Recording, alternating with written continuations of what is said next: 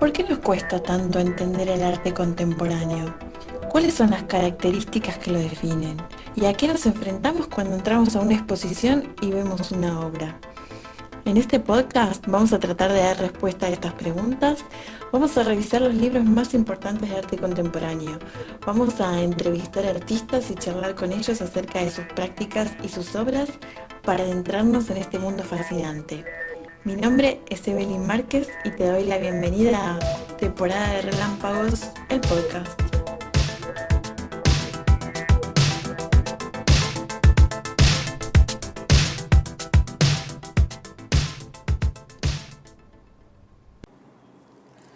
Hola, hola, hola, ¿cómo están? Soy Evelyn Márquez, estoy muy contenta de reencontrarme con ustedes en un nuevo podcast, que últimamente estuvieron saliendo más videitos de YouTube y el podcast hace un par de meses que está ahí offline, pero bueno, acá volvemos y quiero contarles sobre un libro muy interesante que estuve leyendo en este tiempo, que es El Club del Millón de Dólares y el Mercado Internacional del Arte en el siglo XXI. Sí, todo ese es el título. Es un libro de Claudio Golombek. Yo digo que tengo a veces títulos muy largos, pero Golombek me gana ampliamente. Y el mercado del arte es un tema que a mí me interesa mucho. Este libro está lleno de cuadros, cifras, estadísticas, referencias muy precisas que van desde el año 2000 hasta el momento en que fue publicado. Es el periodo que investiga en este libro porque tiene otros vinculados al coleccionismo y al mercado del arte argentino más específicamente. Golombek es licenciado en Economía, tiene un posgrado en Formación en Economía, fue director del Banco de la Provincia de Tierra del Fuego muchos años y además también fue director junto con Patricia Rizzo de un espacio que se llama Proyecto A, que está ubicado en San Telmo, quizás llegaron a conocerlo. En este libro, Golombek analiza cómo el mercado del arte fue creciendo exponencialmente en estas últimas 2 décadas, con una particularidad nueva además, que es lo que él llama el sesgo hacia lo contemporáneo. ¿Qué es este sesgo? Significa que un porcentaje muy importante de las ventas que se realizan no son ya de arte clásico o impresionista o de otras épocas que siempre fueron muy cotizadas, sino que pertenecen a obras realizadas en años muy recientes por artistas vivos, no necesariamente muy mayores de edad, en algunos casos son bastante jóvenes, lo que es todo un hito insólito en la historia del arte. El mercado del arte no para de crecer, especialmente desde 2004 hasta acá, cuando se vendió Muchacho con Pipa de Picasso por 204 millones de dólares. Y desde ese momento vemos que hay récord tras récord, que todo el tiempo salen las noticias, eh, generando también un debate bastante intenso sobre el valor del arte, ¿no? Vemos también que se abren todo el tiempo nuevas ferias en nuevas ciudades, en nuevos países. Y Golombek se va a centrar principalmente, como indica el título del libro, en las obras que se vendieron por más de $1.000.000, las Top Million, que en términos de obras vendidas en subastas, las obras que pasan el $1.000.000 son solo el 1%, pero ese 1% representa el 50% del dinero que hay en juego en el mercado. Parte importante de los cambios en el mercado del arte tienen que ver con la aparición de China en el juego, ¿no? Una escala inédita, porque en una década pasó de representar solo el 1% de las ventas mundiales al 35% del mercado de arte global. La mayoría de las adquisiciones en China son realizadas por coleccionistas privados, no tanto por el Estado o por instituciones. La primera venta de un artista chino que superó el $1.000.000 fue recién en el 2004, o sea, ayer, hace 2 días, de Zhang Daqian, y pasó de ser un fenómeno esporádico a tener un impacto determinante en la actualidad. Ya les digo, el 35% del dinero en juego en el mercado del arte viene desde China. Muchas obras alcanzaron el valor de venta de 1.000.000 muy rápido, considerando el momento de producción de la obra, ¿no? Esto es una de las cosas que le llama la atención a Golombek, ¿no? Eso se sustenta en parte en la visión de que el mercado se adelanta y los coleccionistas piensan que ciertas piezas de calidad de artistas muy famosos van a ser difíciles de conseguir en un futuro cercano. Entonces apenas salen a la venta, se exponen y salen a la venta, ya se abalanzan para intentar comprarlas. En el 2016, el 14% de las obras vendidas por más de $1.000.000 correspondían a obras producidas en este siglo, o sea, muy, muy, muy recientes. Según el análisis de Golombek, entre los factores que contribuyen a que este sesgo sea posible, hay varias instancias. Una de esas instancias es la presencia masiva de repente del público en las bienales y ferias que vemos que explotan, que no se pueden caminar, que de repente se convirtieron en eventos mega populares. Bueno, acá lo sabemos bastante bien porque Arteba es una de las ferias con más público en el mundo. Siempre está como entre la primera y la segunda ferias con más público en el mundo. Después, otro factor es la escasez de obras modernas de calidad, donde la oferta ya es cada vez menor, porque un porcentaje muy importante ya fueron compradas por instituciones y ya no vuelven a salir a la venta más tarde. Y otra cuestión tiene que ver con la posibilidad de comprar obras confiables en cuanto a la autenticidad, porque sabemos que la obra es auténtica, podemos ir al artista y preguntarle, de hecho. Sabemos que no se trata de una falsificación, que es un temor no menor que aparece muy fácilmente con obras más antiguas, no necesariamente muy antiguas, ya de principios del siglo XX. Sabemos que Picasso es el artista predilecto para las falsificaciones. Ahora, la particularidad de que el arte se ha visto como inversión es parte esencial en un mundo donde la concentración de la riqueza es cada vez mayor, ¿no? Todo el tiempo llegan nuevos ultra ricos al mercado del arte. Se considera ultra ricos a los que tienen un patrimonio mayor a los $50.000.000. Y en este contexto se vuelve muy notoria la articulación entre las formas de poder real, político y económico, y la capacidad de apropiación simbólica a través de la compra de obras de arte significativas. La concentración es un tema muy importante que surca todo el libro. La concentración de los países donde se vende la mayor cantidad de estas obras, la concentración en un género, la concentración de un puñado de artistas que lideran todos los rankings, la concentración en el puñado de países con millonarios capaces de comprar estas obras también millonarias, ¿no? Es algo que va a sobrevolar todas las estadísticas que vamos a ir viendo. Entre todas las adquisiciones que hace Golombek en el libro, también investiga en las cuestiones de género, ¿no? Y qué tanto se ven representadas las mujeres en la venta de obras en los listados de artistas top million. De 10.000 obras que superaron el $1.000.000 en el siglo XXI, solo el 6% pertenecía a mujeres, artistas mujeres. Entre ellas están Louise Bourgeois, Joan Mitchell, Yayoi Kusama, Cindy Sherman, Lee Krasner, Tracy Emin y no muchas más realmente, hay 2 o 3 más. Después, en relación a los lugares donde se realizan las ventas, el 84% de estas operaciones se hacen entre Nueva York y Londres, que además son ciudades que están ubicadas en países con prácticamente restricciones nulas en la circulación de las obras. Y ahí Golombek va analizando cuáles son los hitos que conducen a este incremento del mercado del arte en general y al interés específicamente sobre el arte contemporáneo. Y él define 3 etapas claves. La primera es de 1951 a 1972, donde vemos que en las obras aparece una fuerte crítica institucional al sistema del arte. En este periodo de posguerra aparece un gran impulso a la producción y a formatos de circulación acordes a las nuevas obras que se empiezan a producir, ¿no? Entonces aparecen bienales nuevas, como la Bienal de San Pablo en 1951, la Documenta en 1955, empieza la construcción del Guggenheim, del Pompidou. Se le empieza a dar cada vez más espacio al sistema del arte en las economías centrales. Y esto, a su vez, genera la aparición de un nuevo público más participante, más activo, más consumidor. Después, la segunda fase que va a identificar Golombek es entre 1973 y 1996, que es donde ya la dinámica se traslada definitivamente de Europa a Estados Unidos. La primera subasta considerada propiamente arte contemporáneo es la venta de la colección de Robert Scull en Sotheby's en 1973, que en definitiva se trató de una reventa de obras que habían sido compradas muy recientemente y que se revendieron por un precio muchísimo mayor.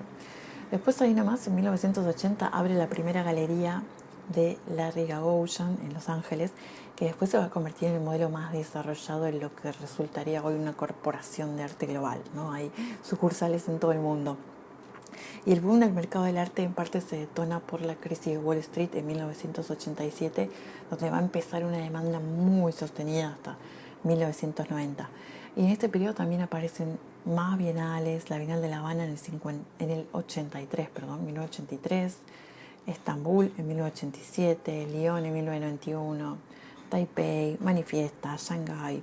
Las ferias de arte empiezan a expandirse cada vez más y además se crea un premio dedicado al arte contemporáneo como es el Turner, el premio más prestigioso en Inglaterra desde 1984. Y en los 90 ya se dan varios récords para artistas contemporáneos como Jeff Koons con Balón Magenta a 58 millones de dólares, Lucian Freud a 56 millones de dólares, Richter a 34 millones de dólares. Y la última etapa sería desde 1997 hasta la actualidad, donde el mercado se globaliza cada vez más y tanto las galerías como los museos empiezan a abrir sucursales o franquicias en distintos países. Mientras que las primeras ventas de obras por más de $1 millón se generaban en Europa y Estados Unidos, en los siguientes años ese espectro de ciudades y de países se va a ampliar cada vez más en relación a que también es mayor la diversidad de nacionalidades en la lista de los ultra ricos en el mundo. Y ocurren fenómenos nuevos como subastas de obras de un solo artista, como el remate de obras que organiza Damien Hirst en el 2008. Entre los datos interesantes que aporta el libro, que a mí me llamaron muchísimo la atención, está la concentración del mercado en unos pocos países, ¿no? Hablando en función del país de nacimiento de los artistas. Escuchen esto, porque a mí realmente me choqueó. Los artistas nacidos entre Estados Unidos, Francia, España, Italia, China, Inglaterra, Alemania y Rusia concentran el 85% de las ventas superiores al $1 millón. O sea, mientras más desarrollado resulta un sistema del arte, tiende a estar más atomizado entre los artistas que lo integran, y la concentración en tan pocos artistas es un indicador de la existencia de un sistema que se conforma sobre la construcción de algunas figuras emblemáticas, ¿no? Como especie de héroes mega famosos. Son datos muy impresionantes, sobre todo si es la primera vez que te enfrentas a ellos. Por ejemplo, miren esto, Leger implica el 10% de las ventas de Francia. Picasso es el 63% de las ventas de España. Fontana, que ahí es un caso un poco polémico porque sabemos que es argentino, si bien los italianos se lo atribuyen a su nacionalidad. Fontana representa el 30% de las ventas de Italia, Richter el 36% de Alemania y Chagall el 29% de Rusia. Desde los años 80 empieza a difundirse mucho la idea de que las obras de arte son una inversión importante porque el mercado empieza a crecer de una forma impresionante y se constata que el valor de las obras de arte nunca baja, sino que siempre va aumentando. Mayor o menor velocidad, pero siempre aumenta. Y acá Golombek cita un estudio reciente a gran escala que analiza las ventas sucesivas de varias obras para ver cómo van aumentando los precios a lo largo de los años. O sea, obras que fueron compradas, revendidas una vez, 2 veces, 3 veces, cómo fueron aumentando en esas reventas los precios.